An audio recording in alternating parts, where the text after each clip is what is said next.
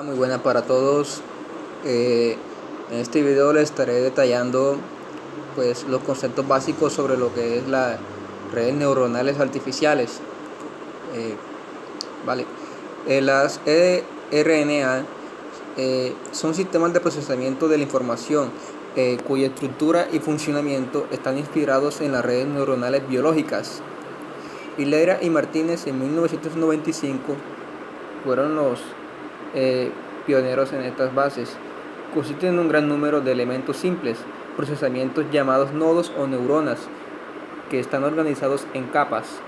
Cada neurona está conectada con otras neuronas mediante enlaces de comunicación, cada uno de los cuales tiene asociado un peso. Los pesos representan la información que será usada por la red neuronal para resolver un problema determinado.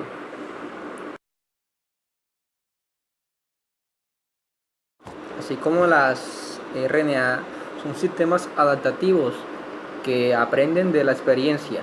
Esto es aprender a llevar a cabo ciertas tareas mediante un entrenamiento con ejemplos ilustrativos. Mediante este entrenamiento o aprendizaje, las RNA crean su propia representación interna del problema. Por tal motivo, se dice que son autoorganizados posteriormente.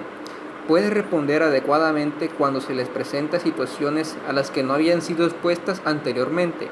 Es decir, las RNA son capaces de generalizar de casos anteriores a casos nuevos. Esta característica es fundamental, ya que permite a la red responder correctamente no solo ante informaciones novedosas, sino también ante informaciones distorsionadas o incompletas. En las RNA, el tipo de procesamiento de la información es en paralelo, en el sentido de que muchas neuronas pueden estar en funcionamiento al mismo tiempo. De hecho, nuestro cerebro está compuesto por unas 1011 neuronas, las cuales están en paralelo. Es ahí donde reside una parte fundamental de su poder de procesamiento. Aunque individualmente las neuronas sean capaces de realizar procesamientos muy simples, ampliamente interconectadas a través de las sinapsis, cada neurona puede conectarse entre otras 10.000 en promedio. Y trabajando en paralelo pueden desarrollar una actividad global de procesamiento impresionante. Como hemos visto en el aprendizaje, los conocimientos de una RNA se encuentran distribuidos en los pesos de las conexiones entre las neuronas que forman la red. Todo proceso de aprendizaje implica cierto número de cambios en estas conexiones. En realidad puede decirse que se aprende modificando los valores de los pesos en la red, en respuesta a un conjunto de elementos o de ejemplos denominados grupos de entrenamiento. Actualmente existen muchos criterios para modificar los pesos de la red y así conseguir que aprenda a solucionar un determinado problema. Estos criterios se denominan de forma genérica reglas de aprendizaje. Las reglas de aprendizaje consisten generalmente en algoritmos matemáticos que pueden llegar a ser sumamente complejos. Se suelen considerar dos tipos de reglas de aprendizaje: aprendizaje supervisado y aprendizaje no supervisado. En el aprendizaje supervisado hay un profesor o supervisor que controla el proceso de aprendizaje de la red. El supervisor comprueba la lista o salida de la red en respuesta a una determinada entrada, y en el caso de salida no coincida con la deseada, se procede a modificar los pesos de las conexiones con el fin de conseguir que la salida obtenida se aproxime a la deseada.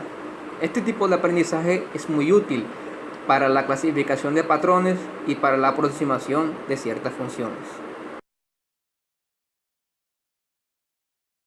Aprendizaje no supervisado, también denominado autoorganizado, la red no requiere influencia de un profesor para ajustar los pesos de las conexiones entre sus neuronas. La red no recibe ninguna información por parte del entorno que le indique si la salida generada en respuesta a una determinada entrada es o no es correcta. Su función consiste en encontrar las características, regularidades o categorías que se pueden establecer entre los datos que se presentan en su entrada. Este tipo de aprendizaje se puede utilizar en tareas autoasociativas y en la agrupación de datos en función de similitud. Pesos obtenidos y guardados los pesos óptimos en la fase de entrenamiento, debemos medir la eficacia de la red de forma objetiva mediante la presentación de nuevos casos, diferente a los casos de entrenamiento, de forma que a la fase de entrenamiento le debe seguir una fase de test. En esa fase no se puede modificar los pesos, simplemente se presentan casos nuevos llamados casos de test. A la entrada de red proporciona una salida para cada uno de ellos.